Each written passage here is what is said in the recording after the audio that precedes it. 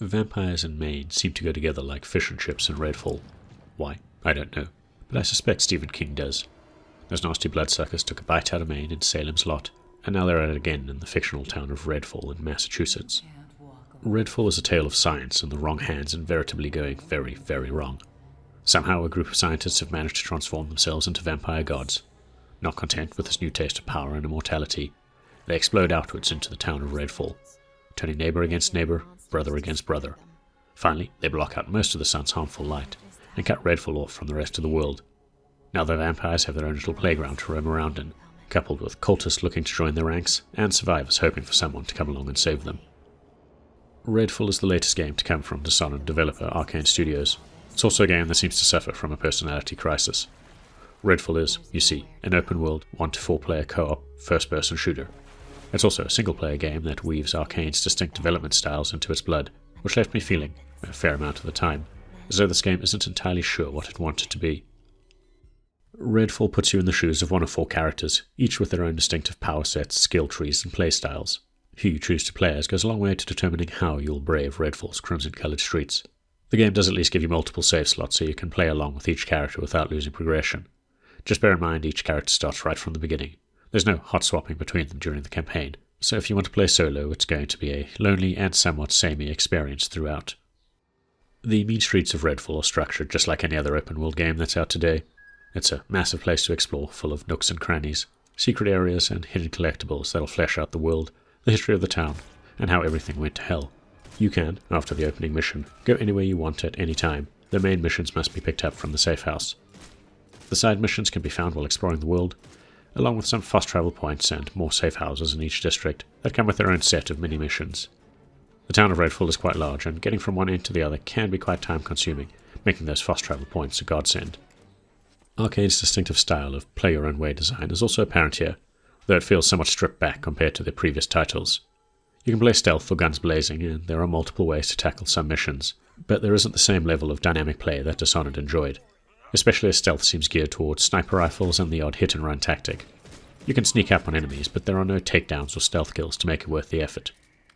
Redplay's gunplay is quite meaty, and the sound effects and recoil on your weapons give it a nice sense of power, especially when hitting headshots with a silent sniper rifle.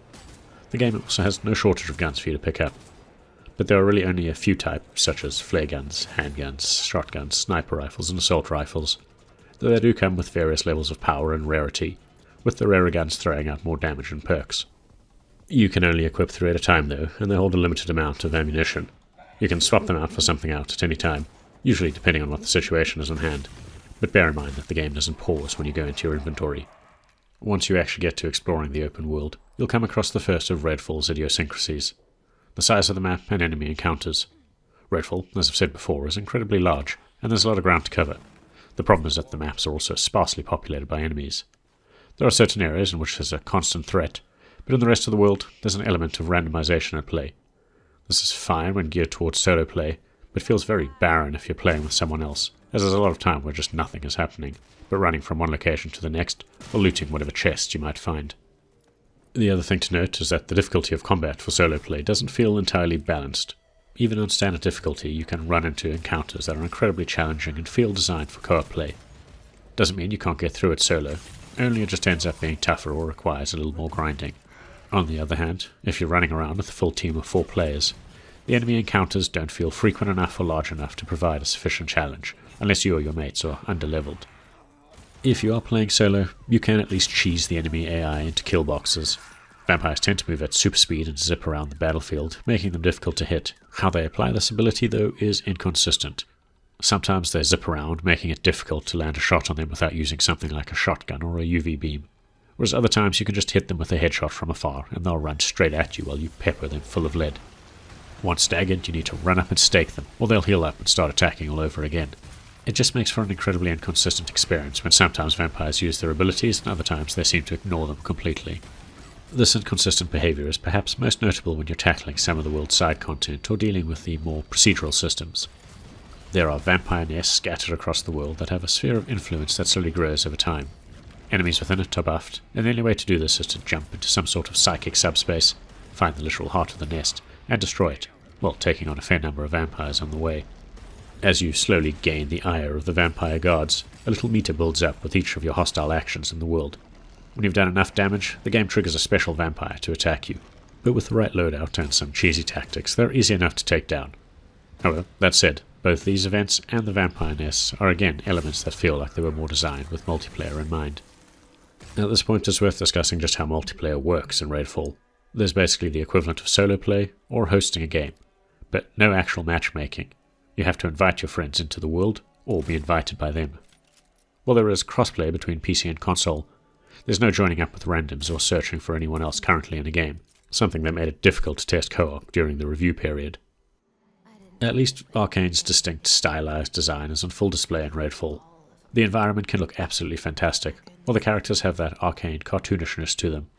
Redfall is a beautiful town to look at, whether during night or what passes for day. The game is currently running in quality mode, which favours high resolution, though as far as I can tell there's no ray-traced reflections or lighting, and everything is just handled by screen space solutions. Of course, there's been a lot of debate about the frame rate, and yes, Redfall on the Xbox consoles runs at 30 frames per second. But outside a moment or two of stuttering, it's a mostly rock-solid, super smooth, and slick-feeling game on console. Performance in single-player is pretty fantastic, and while there are some of the usual Unreal Engine issues like texture and model popping, and some bugs where enemies are unresponsive, it doesn't feel like the frame rate is drastically affecting the combat and how it plays. Wrapping up, while I enjoyed Redfall's overall story and the gameplay when I could exploit the AI, the co-op skewed balancing in the single-player campaign and the empty world often left me feeling a little cold. Slaying vampires and bringing some light back to the world was, overall, a fun experience, but it feels like the game could have been much more if the developers had just decided on one style of gameplay and stuck to it. Redfall isn't terrible by any means, but it falls short of what it could have been.